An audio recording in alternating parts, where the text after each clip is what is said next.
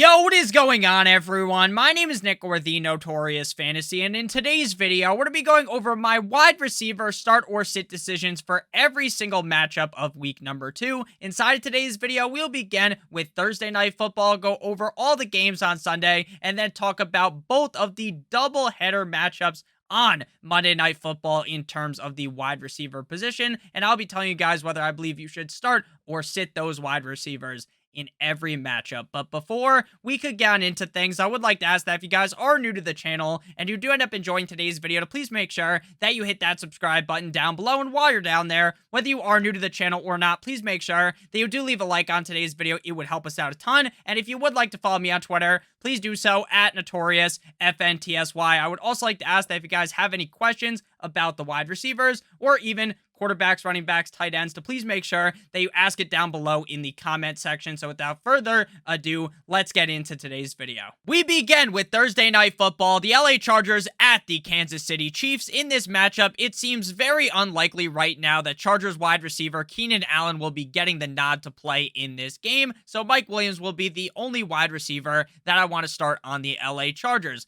Now, last week up against the Raiders, Mike Williams was doing his best John Cena impression because you could not see him. Mike Williams was invisible, irrelevant in that matchup, and we saw DeAndre Carter step up and have a pretty big game. This week, though, I expect Mike Williams to be heavily involved in the game plan. The Kansas City Chiefs defense looked pretty good up against Kyler Murray and the Arizona Cardinals last week, but at the end of the day, it's not like the Chiefs have the best defense in the NFL, and we all know that Mike Williams has that big game potential in him where he could potentially score 35 plus points and win you your week by himself. So I love Mike Williams in what could be a super high-scoring game, the most high-scoring game on the week up against the Chiefs. Definitely good to go with Mike Williams. For the Chiefs, I'm going to fire up Mr. Juju Smith-Schuster, who had a pretty decent game last week up against the Cardinals, having 6 receptions for 79 yards. Now, obviously, that's not the biggest game ever. Travis Kelce really scored a bunch of points for that game, as did Clyde Edwards-Helaire, but Juju Smith-Schuster did just fine. He did show up on the injury report on Monday, but my best guess is that he'll be perfectly fine and good to go by the time things kick off on Thursday. For the other Chiefs wide receivers, Mecole Hardman played a pretty solid game. MVS, kind of invisible, but it's not like he wasn't out there. He was out there running routes. These other Chiefs wide receivers, like MVS and Mecole Hardman, have the incredible and insane upside to score 20 plus points in any given game. It is very difficult for me and for most fantasy football analysts and you out there watching the video to decipher which week you want to be starting Mecole Hardman or MVS. So if there was ever a week where one of those guys could go crazy, it would be this week in a high-scoring matchup against the Chargers. But if you have other options, I'd probably leave MVS as well as Hardman on the bench and just roll out Juju Smith-Schuster. So again, for the Chargers, we're starting Mike Williams, we're sitting DeAndre Carter, as well as Joshua Palmer. Next up, we move to the first game on the Sunday slate, the Miami Dolphins at the Baltimore Ravens. Tyreek Hill, right at the beginning of the game, was wide fucking open. Tua went to throw him the ball. There's people that say that was a tipped pass by Judon. There's other people that say Tua just underthrew him. It is what it is. Tyreek still had a decent game, even with that miscommunication of a play, or maybe a tip ball. Who fucking knows? Tyreek had a decent game going up against the Baltimore Ravens. This defense is decent, but I do think Tyreek Hill will show up again. These great wide receivers, these elite wide receivers. A wide receiver like Tyreek Hill, you can make the argument that he's the #1 receiver in the league. He'll be just fine up against the Ravens. Jalen Waddle, up against the Patriots last week, things started slow. Jalen Waddle was not really doing anything until that 4th and 7 play where Tua threaded the needle in between 2 defenders and threw a touchdown to Jalen Waddle. Jalen Waddle is still involved in the offense, but it wasn't this crazy target share like he previously had last season with the Dolphins, which should have been expected because Tyreek Hill is now there. Up against the Ravens, though, the Dolphins played really good up against them last year, especially when Tua was in the game instead of that bum Jacoby Brissett. So Jaylen Waddle and Tyreek Hill are certainly starts in this game. For the Ravens, Rashad Master Bateman is an auto start for me every single week. I really do believe that he is the number one receiver on this team. Now, up against the Jets, Devin Duvernay had a fucking day, right? Devin Duvernay scores 2 touchdowns. He plays amazing. But again, I don't want anyone to overreact and panic off of week 1. Devin Duvernay has this great game. Guess what? In week number 2, it's very unlikely, extremely unlikely up against the Dolphins defense that Devin Duvernay does that again. Rashad Bateman is the more talented player. The Dolphins defense is tough, so I don't expect Bateman to be a top 12 receiver, but he is certainly startable, but you are still better off leaving Devin Duvernay on the bench. So my starts will be Tyreek Hill, Jaylen Waddle, and Rashad Bateman. I'll be sitting down Mr. Devin Duvernay. Next up, we move to the Jumbo Jets at the Cleveland Browns, and in this game, there's really nothing I want at wide receiver. Donovan Peoples-Jones for the Browns up against the Carolina Panthers was getting peppered with targets. Amari Cooper, even though there was potential for this Cleveland Browns team to just funnel the fucking football to Amari Cooper, it turns out that Jacoby Brissett just wants to throw the ball to Kareem Hunt or hand the football to 9-inch Nicholas Chubb. So Amari Cooper, who I was very nervous about, if I'm being honest with you guys, when talking about fantasy football drafts, doesn't seem like this is a great situation for him. Maybe when Deshaun Watson comes back, then Amari Cooper can do a complete and utter 180 and be a must-start wide receiver every week. He probably will be. But right now with Jacoby Brissett, even up against the Jets defense, I don't really trust him. Now, obviously, Amari Cooper is a far better start than some people you ask a question to me about. So make sure, if you have Amari Cooper, to ask me down below in the comments section if I would start Amari Cooper versus another player. Because again, I don't think he's bad, but he's not a guy that I would ideally want to be starting in my lineup. And if you guys have any other questions, not just about Amari Cooper, it can even be about running backs, quarterbacks, tight ends, please make sure you ask them down below in the comment section. I always try to answer as many questions as possible. When it comes to the Jets last week, I kind of talked about what I talked about with Jacoby Brissett and Amari Cooper. I thought that Joe Flacco was going to laser eyes meme, look at Elijah Moore, lock into the guy, and just force feed that motherfucker the ball. That was not the case. Elijah Moore didn't necessarily shit the bed because he didn't score like 2 points, but he didn't even eclipse 10 points. The Browns defense isn't top 5 in the NFL, but they're pretty good. And Joe Flacco really stands no chance in this game. So Elijah Moore, as well as Corey Davis, Garrett Wilson, Braxton Berrios, they're all going to be sits for me. Next up, we move to the Washington Commanders at the Detroit Lions. Here, I'm going to be firing up Terry McLaurin. Now, last week, if Terry McLaurin did not score a touchdown, we are probably just ripping our hair out after that game for McLaurin, right? Because he really wasn't super involved. But when you have a player with the skill set of Terry McLaurin, I expect him to bounce back. Curtis Samuel, Jahan Dotson, they were big winners last week, and they are guys that people may pick up off the waiver wire. So again, guys like Samuel, Dotson, they're not awful starts, but they're also not guys that I would put in the category and list as a starter, guy that I really want to be throwing into my lineup. This game has high scoring potential written all over it. Both of these teams played great in week number 1. But this also seems like the kind of a game where everyone talks it up and up and up. This is going to be a high-scoring matchup. This is a game where maybe Wentz is looking really good. Maybe Goff is pretty decent. And then both teams end up coming out really flat. But again, I'm still starting Terry McLaurin. And for the Lions, I'm starting Amon-Ra St. Brown. I hope that you guys watching last week's game up against the Eagles now realize that it is crystal fucking clear that Amon-Ra St. Brown is the number 1 wide receiver on this team. DJ Chark looked pretty decent. He could be a decent start going forward. But again, if you're in a normal 12-team league, are you really wanting to roll out DJ Chark? Probably not. Next up, we move to the Indianapolis Colts at the Jacksonville Jaguars. Last week, I talked a lot about Michael Pittman and how pumped I was for his matchup up against the Houston Texans. Michael Pittman delivered in a big way and had a fucking fantastic game up against the Texans. The team as a whole Not so much because they ended up tying. But now they get another division rival matchup here up against the Jaguars. The Jaguars defense looked submissive up against the Washington football team, or the Washington Commanders now. Just was not a great game for the Jaguars defense. I expect Michael Pittman to potentially go crazy yet again, and honestly, he might end up being the #1 wide receiver at the end of the week. Christian Kirk continues to be the main target for Trevor Lawrence. I talked about this in the preseason when Lawrence and Christian Kirk were playing together, that Trevor Lawrence just kept peppering the guy with targets. So while Christian Kirk's contract is absolutely absurd, the amount of money they pay him, they're going to get their money's worth because Trevor Lawrence is going to continue to throw the ball to him. He's a target hog. I don't expect him to have this crazy of a game, but could he be a top 12 wide receiver because he gets so many targets? Definitely. The Colts defense didn't look great last week. I expect them to bounce back as a unit, so I think Christian Kirk will do just about all right, but he is definitely a start-worthy wide receiver. The other Colts wide receiver is Alec Pierce. Bad game for him. Bad game for him because Matty Ice Ice Baby was looking for him, and he was dropping the ball. Now, does that mean that I think Matt Ryan's just going to never look at Alec Pierce again? No.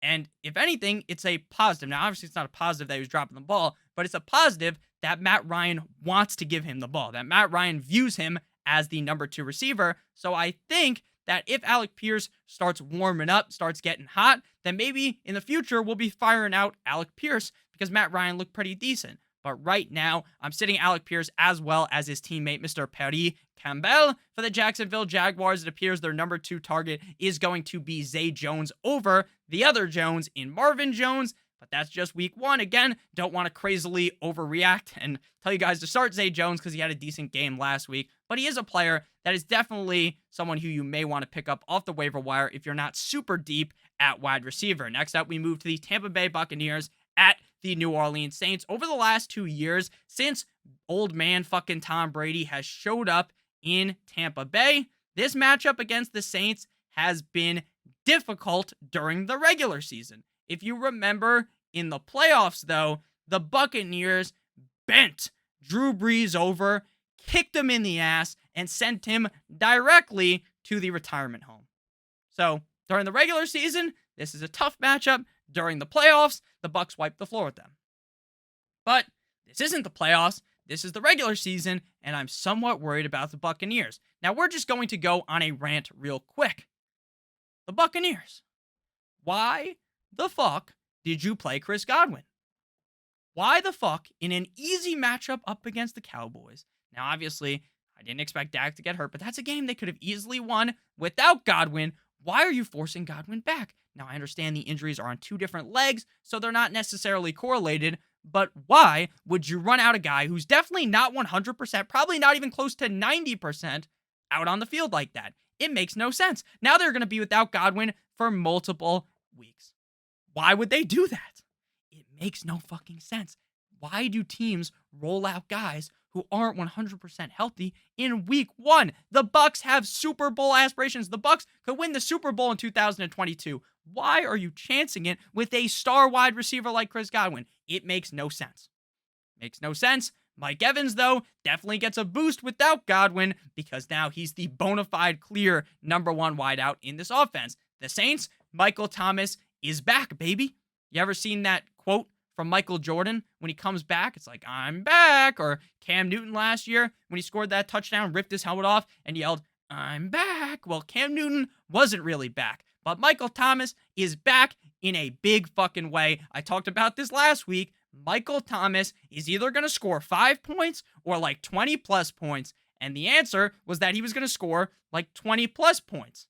He's a clear focal point in the Saints offense. Now, do I think that magically Alvin Kamara is going to do the you can't see me John Cena style and not show up in week #2? Of course not. I think Alvin Kamara is going to show up. But I now believe the upside for Michael Thomas, the safety of Michael Thomas is now there. The upside was always there, but now I feel as though I can be very confident with Michael Thomas, definitely rolling him out there up against the Bucs, but this is far from an ideal matchup because the Buccaneers defense is definitely tough. Jarvis Landry is a guy I want to be starting as well. This guy is a volume monster in every offense. I didn't see how it could be possible with Thomas, with Olave, with Alvin Kamara as well, that he could be a target monster.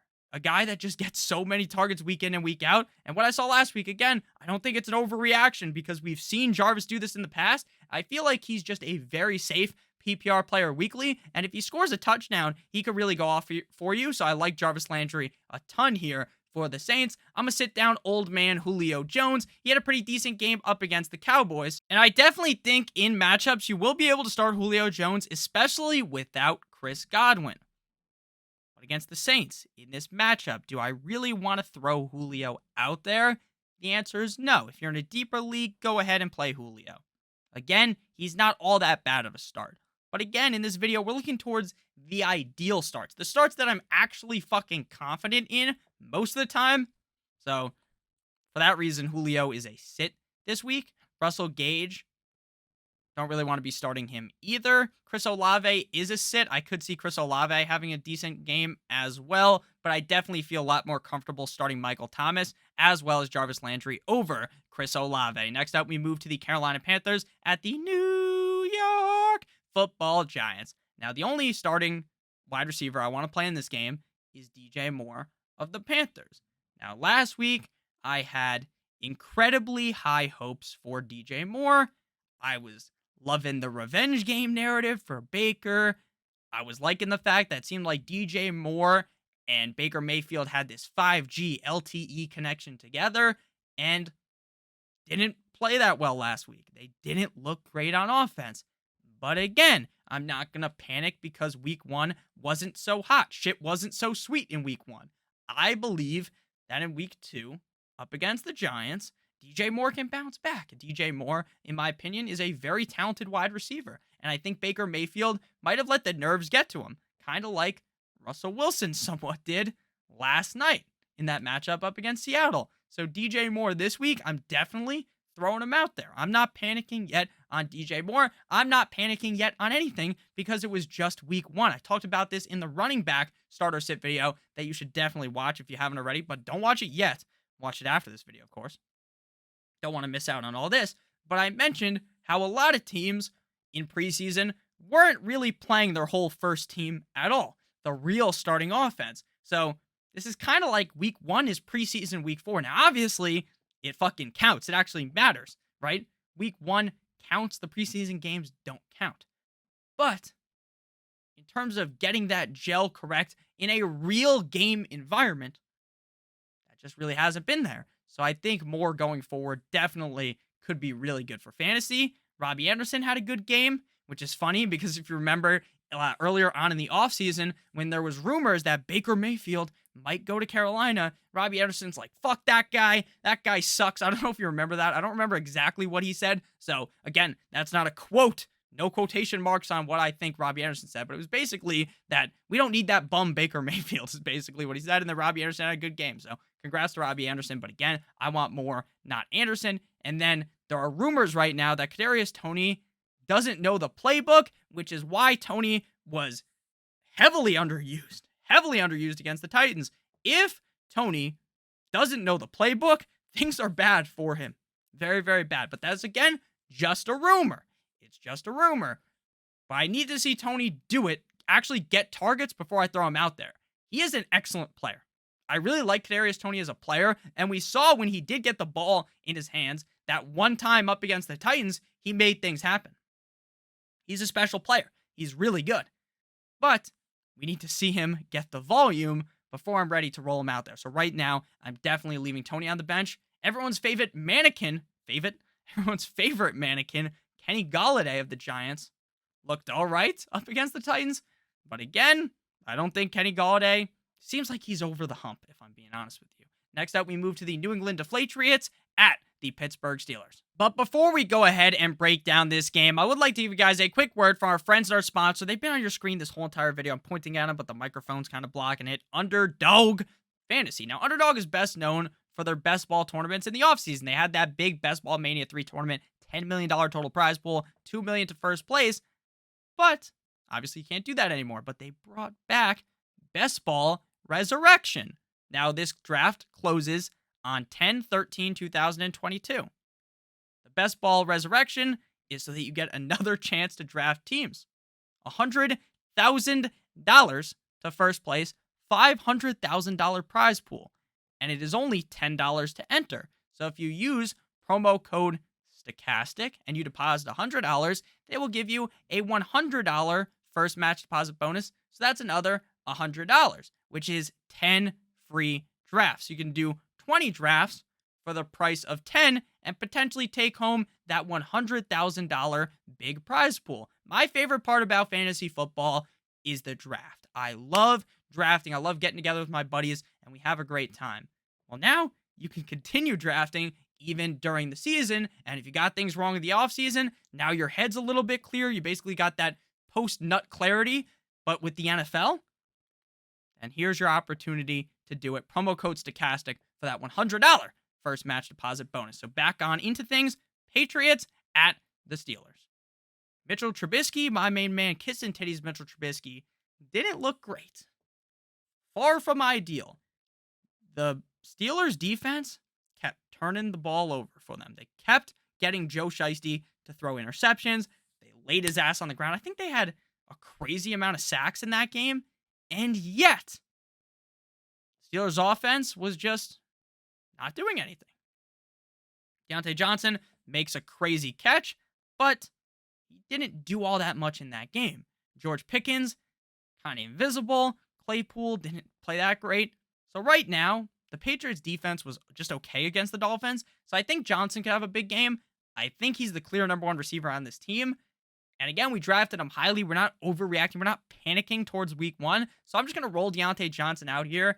If this was a difficult matchup, then maybe I'd be nervous for Deontay Johnson. But up against the Patriots defense, come on. I mean, Deontay Johnson can definitely get it done. For the Patriots, Jacoby Myers is really the only wide receiver that was relevant last week. He didn't have a big game, but he did at least show up on the stat sheet. Devontae Parker got one target towards the end zone, and that didn't work because Xavier Howard had his ass locked down. He tips the ball up. Javion Holland picks that shit off, goes the other way. I mean, I think Parker could still be good, but this offense is fucked up. This offense in New England, there's no way to describe it besides saying that it's fucked up.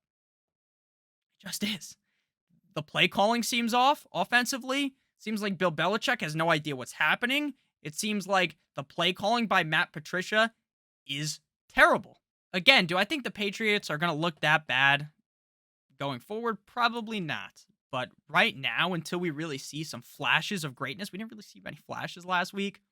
Mac Jones also a little bit banged up. And if you're listening to this on the podcast, banged up is in quotations. Banged up.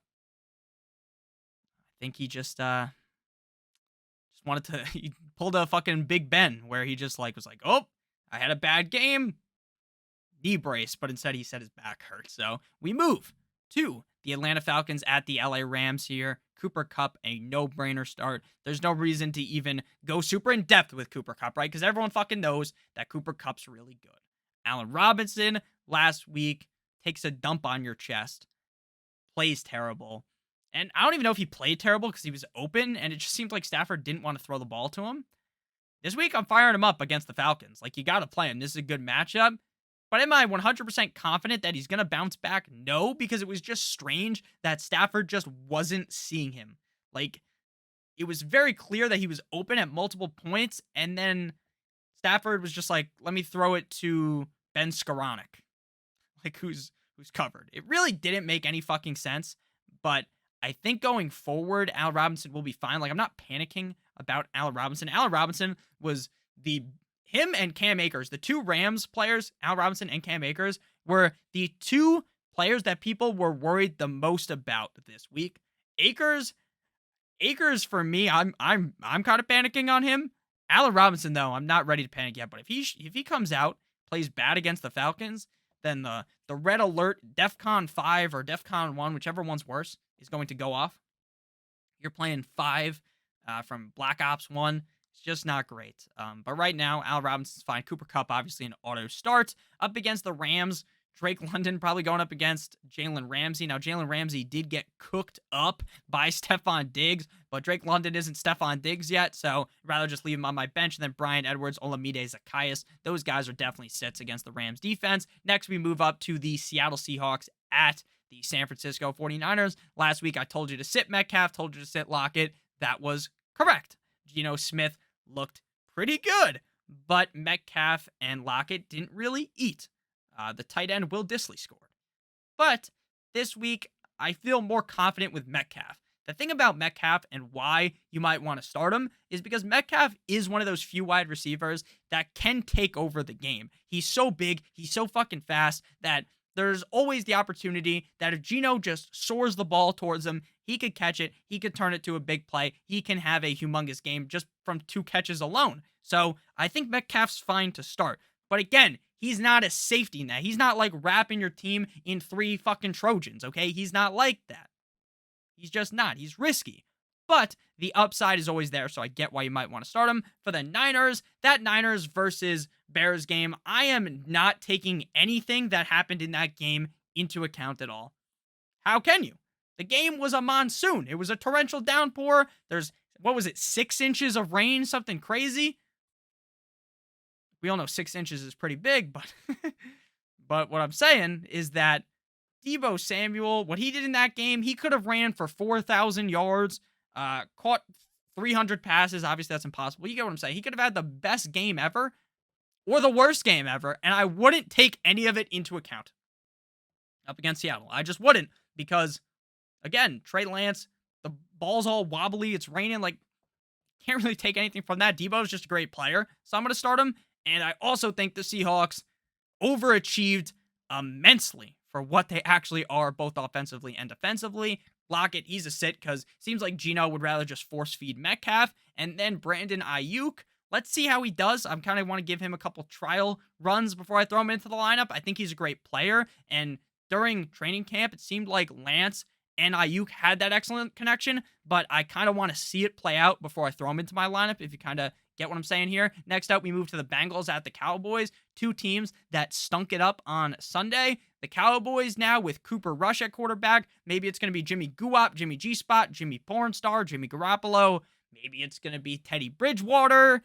Or maybe they're just going to stick with Cooper Rush because for some reason they think that Dak Prescott is going to come back in the next 4 weeks. Jerry Jones, you motherfucker.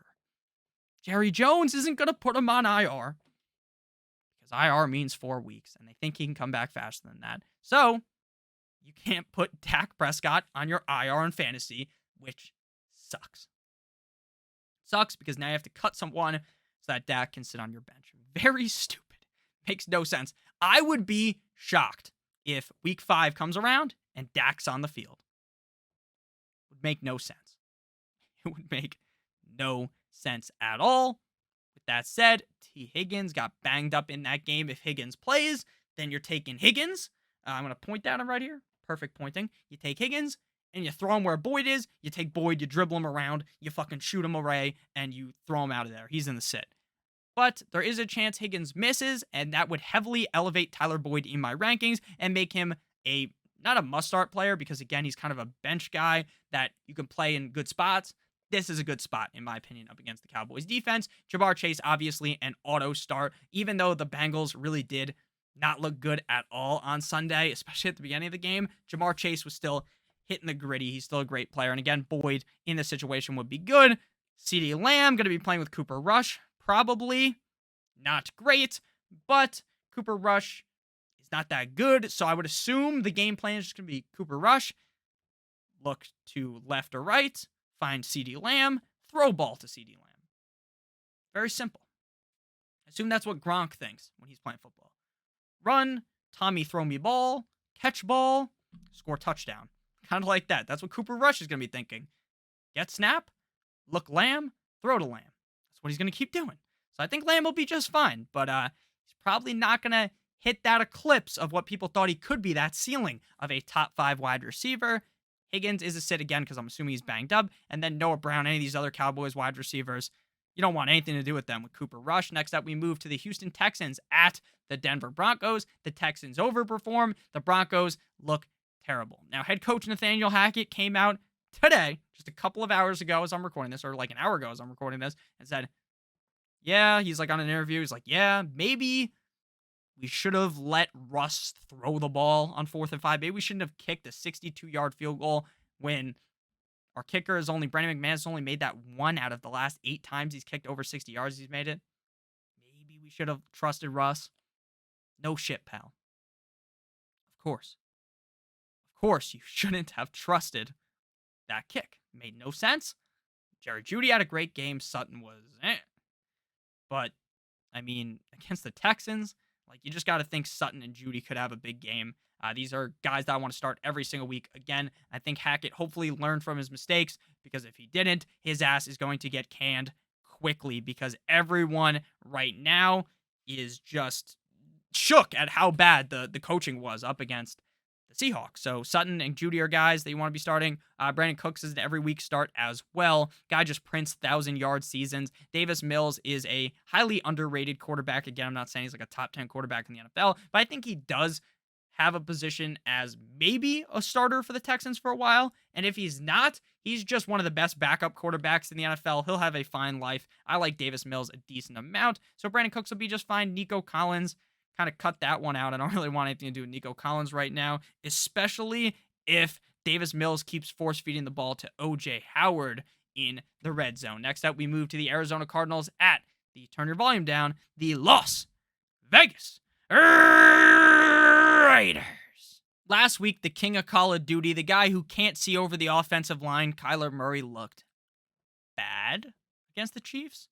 Hollywood Brown, who was in a smash spot, didn't live up to the expectations. Now, he didn't play awful, but he didn't live up to the high expectations I personally had for him, as well as the expectation I expect most people who had Hollywood Brown probably expected this to be a high-scoring back-and-forth game. Now, it was high-scoring because the Chiefs were spanking Kyler Murray. And the Cardinals, the Chiefs were on fire.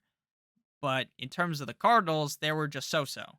I think Hollywood's going to be fine, though, up against the Raiders' defense, so I'm definitely rolling him out. Devontae Adams, an auto rollout. You draft him in the first or second round. While the team didn't look great, Adams is still Devontae Adams, so you're going to keep playing him. Hunter Renfrow was invisible up against the Chargers, but again, might have been more of a fluke. I'm not trying to overreact. I still view Hunter Renfrow in a very strong light. He's one of the better route runners in the NFL, and I think when the defenses are so focused on Adams, that could really help Hunter Renfrow out a ton. So I'm still going to keep playing Renfrow unless he strings along like 3 games in a row where he's absolute dog water, and then I'm just going to go ahead and play, or not play him, I should say. AJ Green, the old man himself. There are a decent amount of injuries to the Arizona Cardinals. Will they be able to get back Rondell Moore? I'm not sure. So for now, we're going to go ahead and just say sit AJ Green, and I'd probably sit Rondell Moore even if he could play. Now we move to Sunday night football before we get to the 2 Monday night games, because for some reason they want to play twice on Monday this week. Make sure, we're pretty deep into the video. If you've been enjoying, hit that like button, hit that subscribe button down below. Leave a comment if you have any questions. I love talking to you guys in the chat. So Bears, or not the chat, the chat's during the live stream in the comment section. So Bears at Packers. Again, the Bears offense, they somehow beat the 49ers, but again, I'm not taking anything from that game because of the crazy weather. There's no reason to look at Cole Kmet's bad performance, Darnell Mooney not playing too well, and be like, wow, these guys stink. No, you just don't take that from that performance. Just like I don't think Trey Lance is bad because he had a not-so-hot game because of the crazy weather. Just don't take anything from that game. Like, I understand it's a great win for the Bears. They want to win the game. Congrats. It's an awful loss for the Niners. That's a game they should easily win, but the weather messes with everything. It's like last year when I brought this up before, when the Bills played up against the Patriots, the million-mile-an-hour win where the Patriots ran the ball a zillion times and they beat the Bills. They beat the Bills. But what happened in the playoffs, when there's not this crazy weather, the Bills absolutely skull-fucked Bill Belichick and the Patriots. So, again, just don't overreact to that game. Darnell, here comes the Mooney, will be a start here up against the Packers. The Packers' defense is decent, but they got destroyed by the Vikings. I think the Packers are going to bounce back in a big way. The Packers lost last year week 1 to New Orleans. Then week 2, they were the same old Bears, or the same old, not the same old Bears. They were the same old Packers that we're used to. So they have receivers. They got Dubes. They've got Watson. They've got Watkins. They have Cobb. They have Tunyon. It was great, right? They have these options. Let's see what happens before I throw any of them out into my lineup.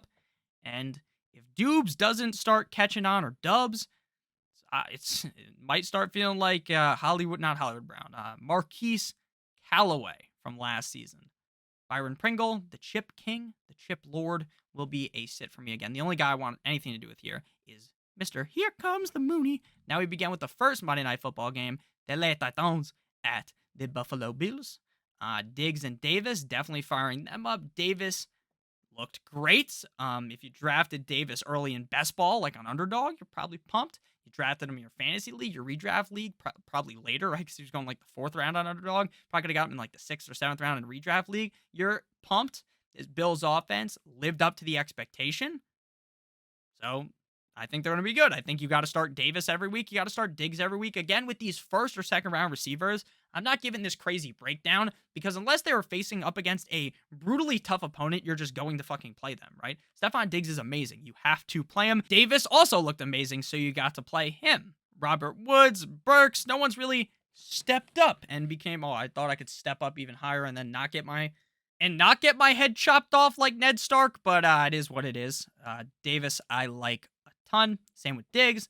Isaiah McKenzie had a pretty decent showing week 1, but again, I don't think that's something you want to buy into every week. I also think Knox steps up this week, and that kind of knocks McKenzie down a peg again. Woods, Burks, I want to see one of them really step up before I fire them off into my lineup. Final game here, the Minnesota Vikings, cold like Minnesota, at the Philadelphia Eagles. Justin Jefferson, Jay Jettas, was hitting the fucking gritty all game long. This guy took the Packers defense and put them in a goddamn blender. Kirk Cousins, you like that? It was amazing. It was amazing. It was literally, though, that whole offense was Jefferson and Kirk Cousins. Dalvin Cook doesn't have a great game. Irv Smith shits the bed. Adam Thielen doesn't do anything. But I'm thinking this week we see more of Thielen. Again, Jefferson will be just fine. This is a team that wants to throw the ball more, which was proven by last game by how good Jefferson was. But I forecast this week, like I'm a weatherman, that we're going to get a high dosage of Adam Thielen back here. Now, again, I don't think he's going to be like a top 10 receiver, but I do think he has that upside. A.J. Brown, yeah, they traded for him for a reason. Shocking. They're going to throw the ball to the guy they paid all that money to and traded those picks for. Shocking. Right? Who's shocked? The answer is no one.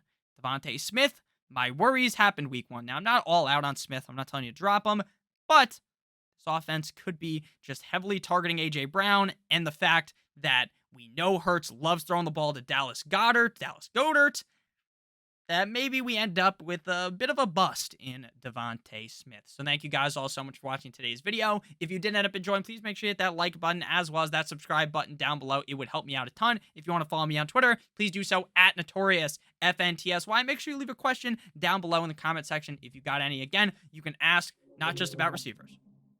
Running backs, quarterbacks, tight ends, waiver wire, trades, anything. Ask me down below in the comment section. It helps me out a ton. If you guys leave that like, though, make sure you do that. Make sure you ask the questions, too. I love you guys all so much. Check out Underdog Fantasy. Promo code Stokastic for that $100 first match deposit bonus. I love you guys all so much. I hope you have a great rest of your guys' day. And as always, good boy.